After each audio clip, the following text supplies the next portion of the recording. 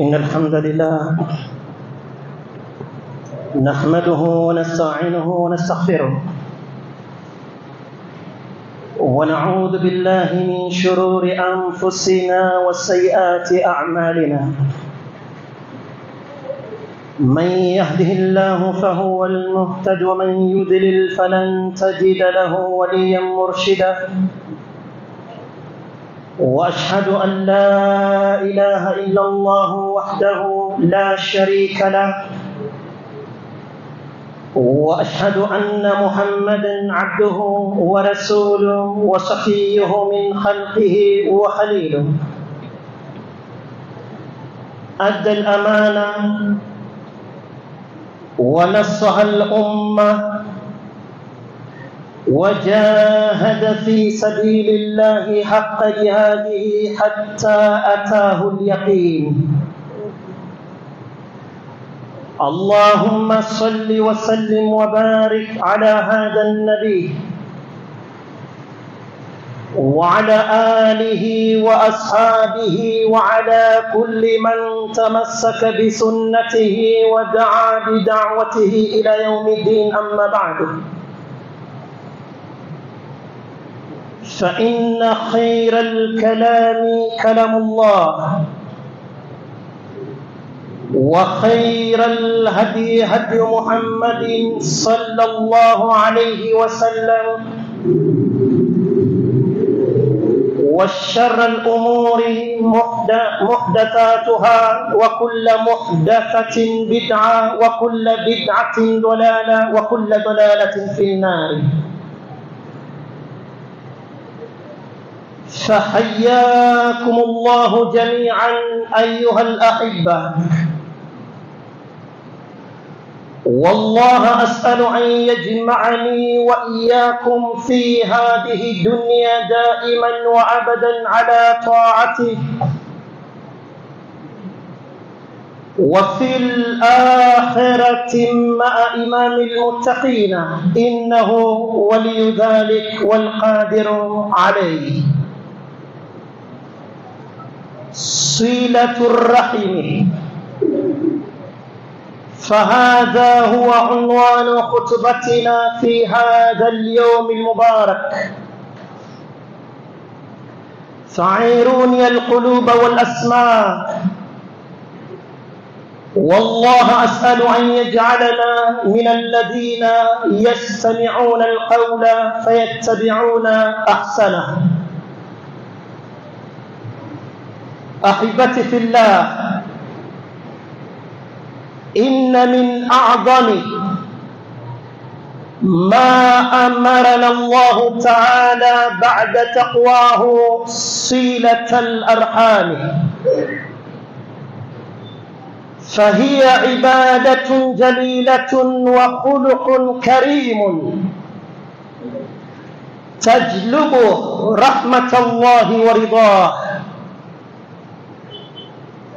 Ndugu Waislamu, wazee wangu wapendwa, mwanzo kabisa narejesha shukurani za dhati kwa yule aliyesawi juu ya arshi, pamoja na kumtakia rahma na amani role model wetu Abul Qasim. Nikiingia moja kwa anwani ambayo kwamba nimeikusudia bihaulillahi wa madadihi. Anwani ya hutuba yetu leo kwa muda mchache ulioko mbele yetu itakuwa ni juu ya jambo zima la kuchunga kizazi. Ni maudhu ama ni mada tunaizungumzia zama ambazo kwamba wengi wetu hatuthamini jambo zima la kuchunga kizazi, illa man rahima rabbuh. Pamoja na kuwa katika kitabu cha Mwenyezi Mungu Tabaraka wa Taala, baada ya Mwenyezi Mungu kutuamrisha jambo zima la kumwogopa yeye, alituamrisha jambo zima la kuchunga kizazi. Na isitoshe jambo la kuchunga kizazi ni katika tabia nzuri ambazo yatakiwa kila Muislamu ajipambe kwazo,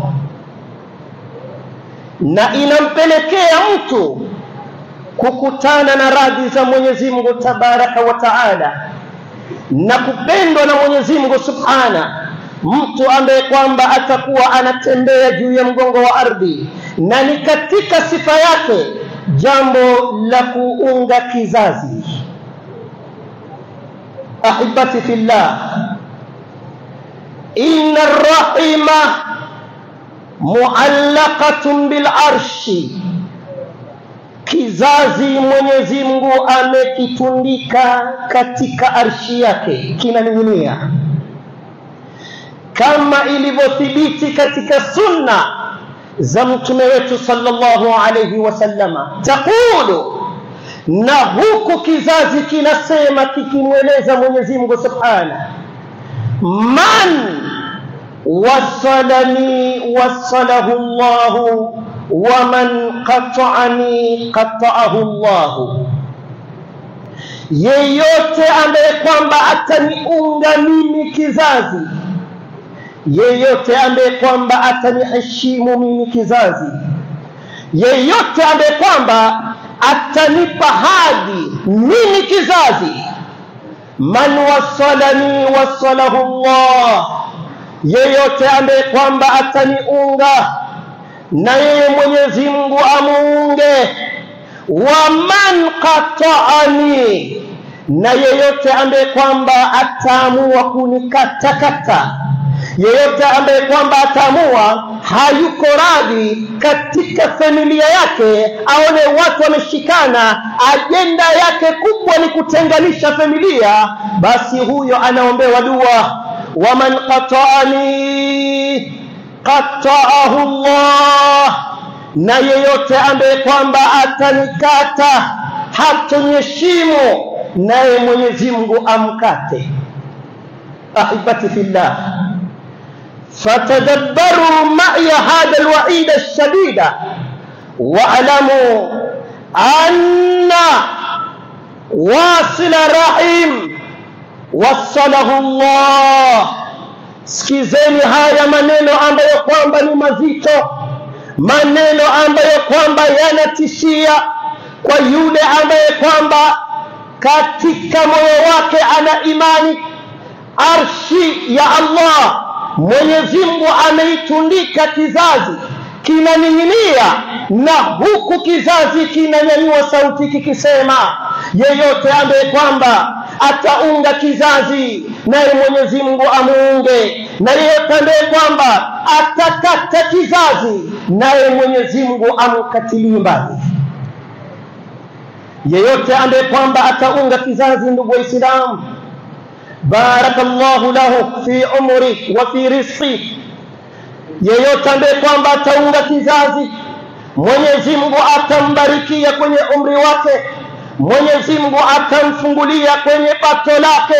Siri ni nini? Siri ni kuunga kizazi, kinyume na yule ambaye kwamba ataamua kukata kizazi.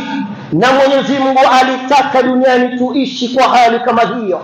Kuna familia fulani, kuna watu fulani, kuna watu fulani, familia fulani, ukoo fulani, hakadha.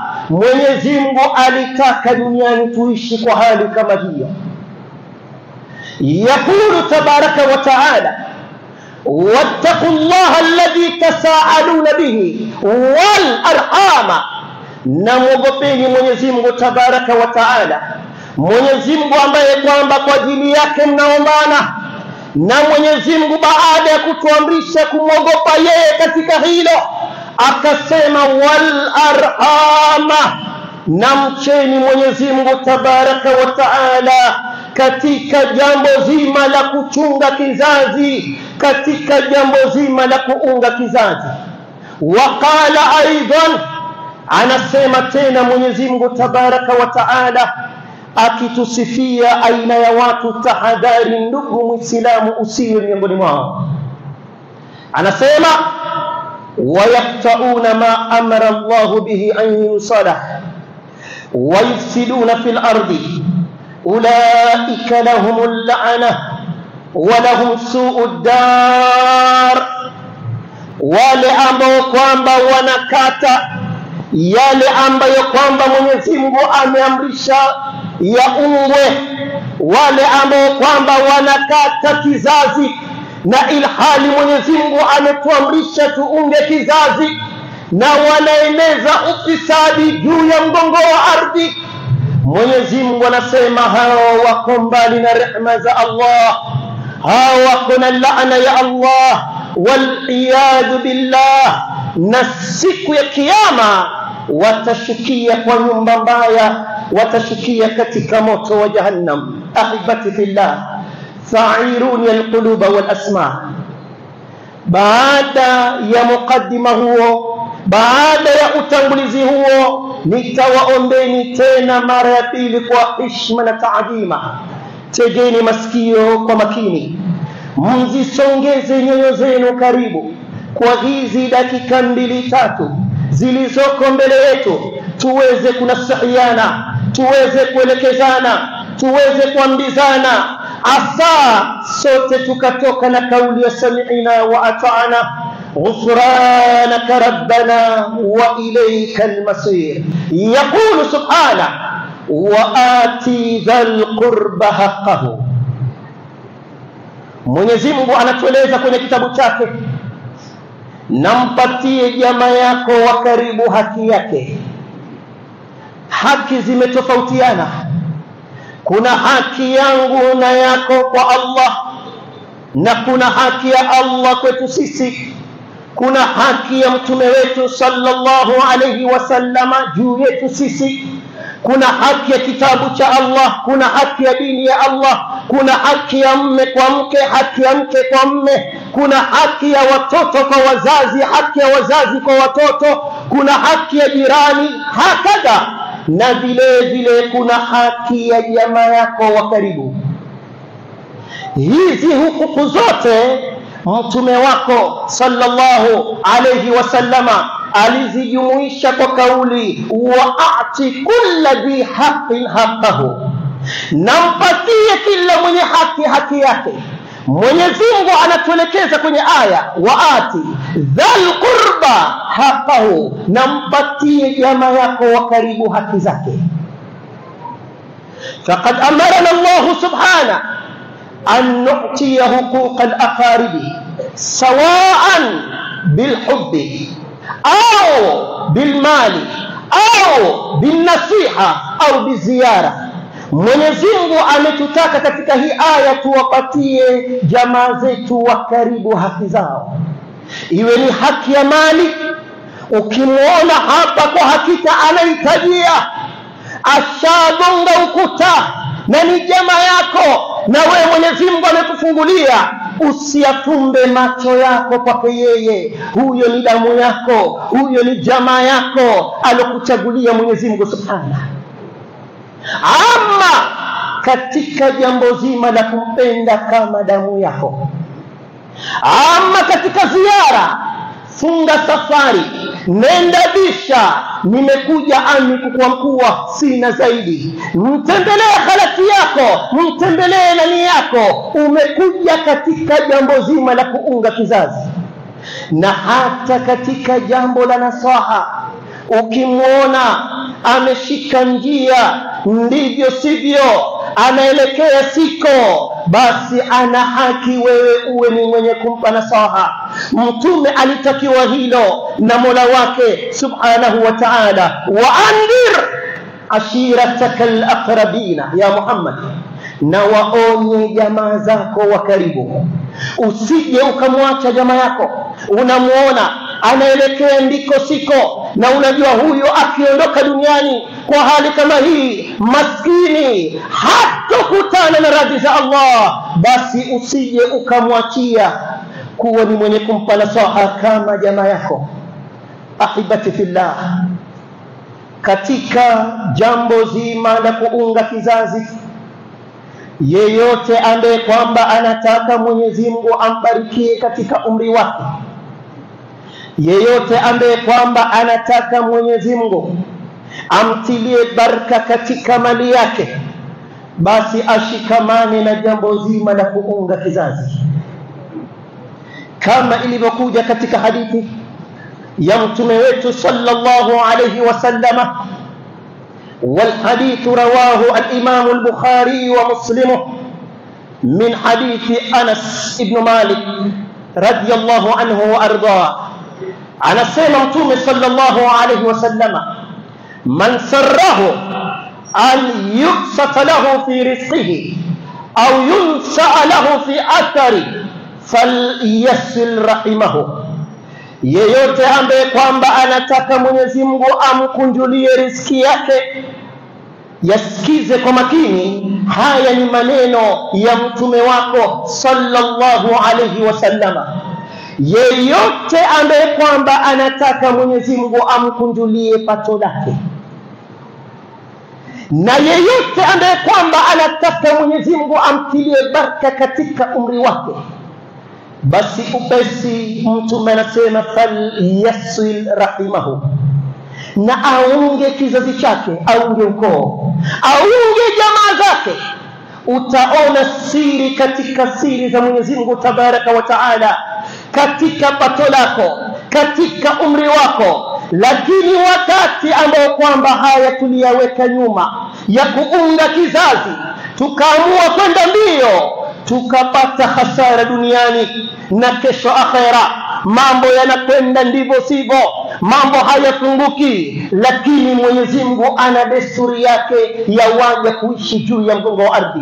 Lazima tuishi kama anavyotaka Mwenyezi Mungu subhana. Mimi na wewe tunataka, naam, na Allah anataka, halitokuwa ila lile alilotaka Mwenyezi Mungu subhana, ila utaratibu alotwekea Mwenyezi Mungu subhana. Basi yeyote ambaye kwamba anataka kufungukiwa siri, aunge kizazi chake kwa namna yote ile.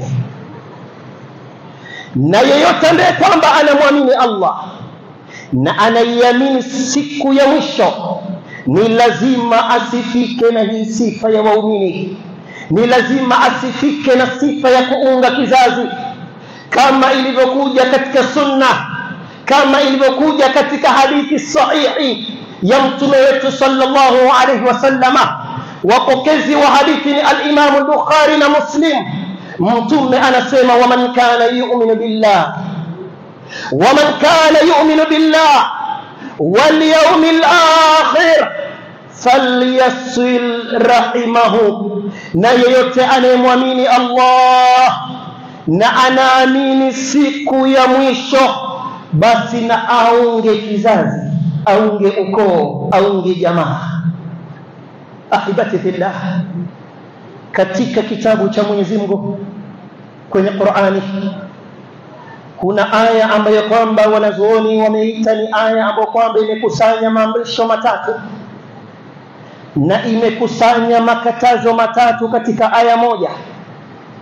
Hiyo aya imekusanya nguzo za dini na misingi ya namna ya kuishi katika jamii na jambo zima la tabia. Inna Allaha ya'muru bil 'adli wal ihsani wa ita'i dhil qurba wa yanha 'anil fahsha'i wal munkari wal baghi ya'idukum la'allakum tadhakkarun.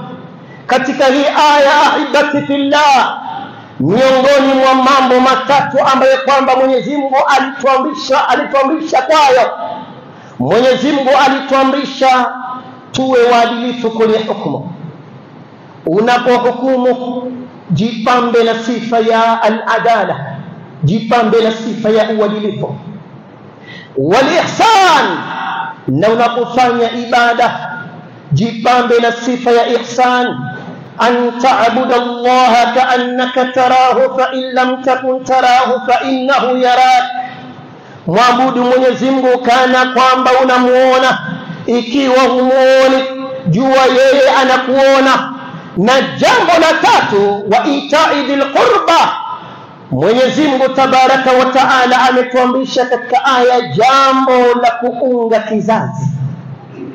Jumla ya yale aliyotaja matatu alitaja uadilifu kwenye hukumu, akataja ihsani katika ibada, na akataja vile vile jambo zima la kuunga kizazi.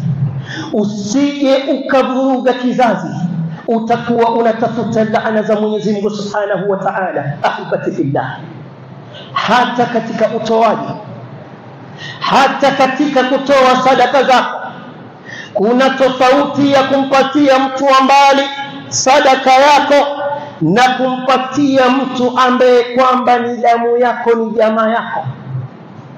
Ukimpatia mtu mbali unapata thawabu moja, na ukimpatia mtu wako wa karibu unapata thawabu mbili, kama ilivyokuja katika sunna ya mtume wetu sallallahu alayhi wasallam.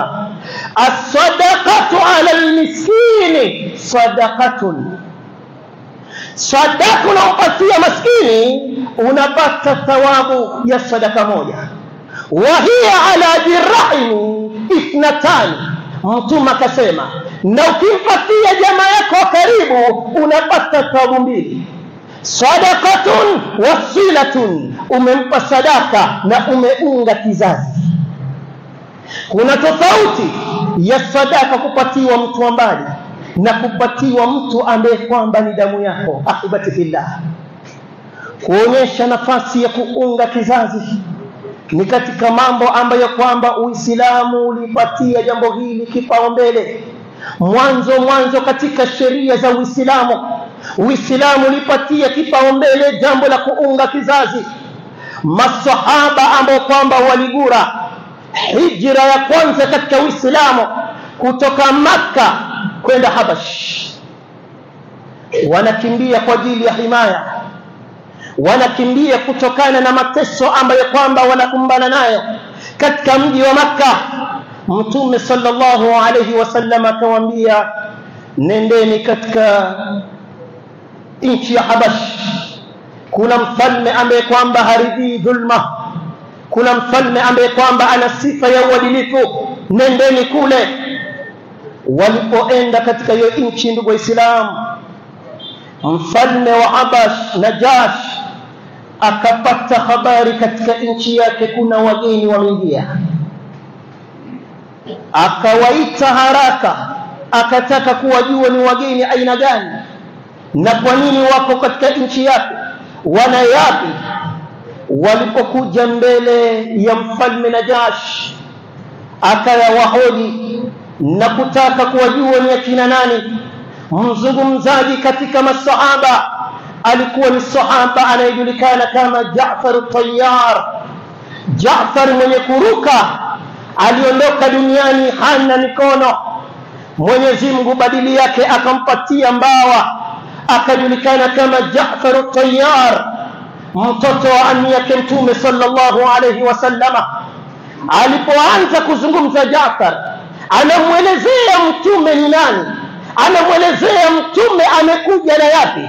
Akamwambia, huyo Mtume wetu sallallahu alayhi wasallama tuliyemwacha katika mji wa Makka, haya ndo alokuja nayo. Wa amarana bisidqi alhadithi wa adai alamana wasilati arrahimi. Huyo Muhammad ibn Abdullah sallallahu alayhi wasallama katika mafunzo ambayo kwamba anatuhimiza sana, anatuhimiza mara kwa mara, anatuamrisha kila tunapozungumza tujitahidi mno kusema ukweli katika mazungumzo yetu, na turejeshe amana za watu. Amana za watu anatuhimiza sana, na vile vile anatuhimiza kuhusu jambo zima la kuunga kizazi. Haya ni mafundisho ya mapema kabisa wakati Mtume wetu sallallahu alaihi wasallam anaanza dawa yake. Isitoshe, ilikuwa ni tabia ya Mtume wetu sallallahu alaihi wasallam. Mtume kabla ya wahi alikuwa ana desturi ya kuacha mji wa Makka na kwenda katika Jabal ya Hira. Siku moja wapo Mwenyezi Mungu ametaka wahi ishuke kwa Mtume. Mtume yuko ndani ya jabali, Mtume yuko ndani ya pango, Jibril akamteremkia mtume sallallahu alaihi wasallama, ndiyo safari ya wahi inaanza kwa mtume mpaka aya zikashuka. Mtume akakimbia kurudi Makka, huku amekuwa na hofu, amejawa na hofu, amefadhaika. Alipoingia chumbani kwa mama yetu Khadija, huku anasema zammiluni zammiluni zammiluni zammiluni, nifinikeni nifinikeni. Akamhadithia mama yetu Khadija yale aliyokumbana nayo. Mama Khadija katika kumtuliza mtume wetu sallallahu alayhi wasallam akamwambia, kalla kalla wallahi la yukhzika Allahu abadan innaka la tasilu rahim. Kalla, haiwezekani ya Muhammad, wewe Mwenyezi Mungu hawezi akakutesa, wewe Mwenyezi Mungu hawezi akakuadhibu. Miongoni mwa sifa kubwa ambazo kwamba unazo, una tabia nzuri mno, una tabia ya kuunga kizazi. Haya ni maneno mojawapo ambayo kwamba mama yetu Khadija anamtuliza mtume wetu sallallahu alayhi wasallam. Bali wakati mtume sallallahu alayhi wasallam amegura mji wa Makka, ameingia katika mji wa Madina, maneno yake ya mwanzo anawahutubia masahaba wa Madina, alinyanyua sauti na wote wamenyea, wote wamenyamaza, wanamsikiza mtume sallallahu alayhi wasallama. Mtume akawaambia, ayuhan nas afshu salam wa tu'imu tam wasilu al-arham wasallu bil-layli wan-nasu niyamun tadkhulul jannata bisalami. Enyi watu, kuweni na tabia ya kupokezana salamu. Peaneni salamu. Hii salamu ina siri kubwa, mbali na kuwa ni thawabu, inafungua nyoyo baina ya Waislamu. Peaneni salamu, elezeni salamu, na kuweni na tabia ya kulisha chakula. Lishaneni chakula. Kisha la tatu akawaambia, na ungeni kizazi, ungeni kizazi, ungeni kizazi, na mswali usiku ilhali watu wamelala. Haya mkiyafanya, tadkhulul jannata bisalami, mtaingia peponi kwa amani. Wa fi hadha kifaya liman kana lahu qalbun aw alqa as-sam'a wa huwa shahid. Barakallahu li wa lakum bil Qur'anil azim wa nafa'ani wa iyyakum bi ayatihi wa dhikril hakim. أقول قولي هذا أستغفر الله لي ولكم ولسائر المسلمين والمسلمات فاستغفروه فإنه هو الغفور الرحيم وهو البر الكريم.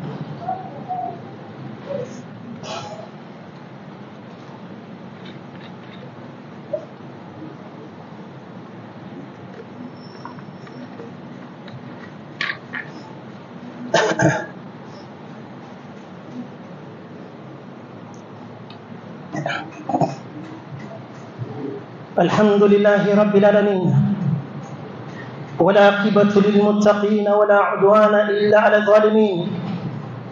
وأصلي وأسلم على من لا نبي بعده. وبعد، عباد الله، أوصيكم ونفسي أولا بتقوى الله.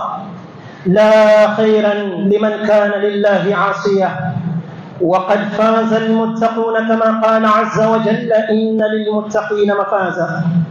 وأكثروا الصلاة والسلام على نبيكم كما قال تعالى مخبرا وآمرا إن الله ملائكته يصلون على النبي يا أيها الذين آمنوا صلوا عليه وسلموا تسليما.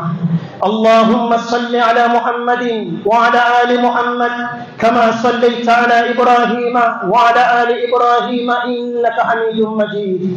وبارك على محمد وعلى آل محمد كما باركت على إبراهيم وعلى آل إبراهيم إنك حميد مجيد. اللهم اغفر جميع المؤمنين والمؤمنات والمسلمين والمسلمات الأحياء منهم والأموات. اللهم آت أنفسنا تقواها وزكها أنت خير من زكاها أنت وليها ومولاها. اللهم اهدنا واهد بنا، اللهم اهدنا واهد بنا، اللهم اهدنا واجعلنا سببا لمن اهتدى. ربنا تقبل منا إنك أنت السميع العليم وتب علينا إنك أنت التواب الرحيم. ربنا آتنا في الدنيا حسنة وفي الآخرة حسنة وقنا عذاب النار برحمتك يا أرحم الراحمين برحمتك يا أرحم الراحمين برحمتك يا أرحم الراحمين. اللهم انصرنا ولا تنصر علينا، كن لنا ولا تكن علينا، لا تؤاخذنا بما فعلنا ولا تسلط علينا بذنوبنا على من لا يخافك فينا ولا يرحمنا. اللهم انصر إخواننا المستضعفين في فلسطين، اللهم انصرهم في فلسطين، اللهم انصرهم في فلسطين والسودان برحمتك يا أرحم الراحمين. عباد الله، هذا وما كان من توفيق فمن الله وحده، وما كان من خطأ أو سهو أو زلل أو نسيان فمني ومن الشيطان، الله ورسوله منه بريئان. وأعوذ بالله أن أذكركم به وأنسى، وأعوذ به أن أكون جسرا تعبرون عليه إلى الجنة ويلقى به في جهنم. وأقم الصلاة.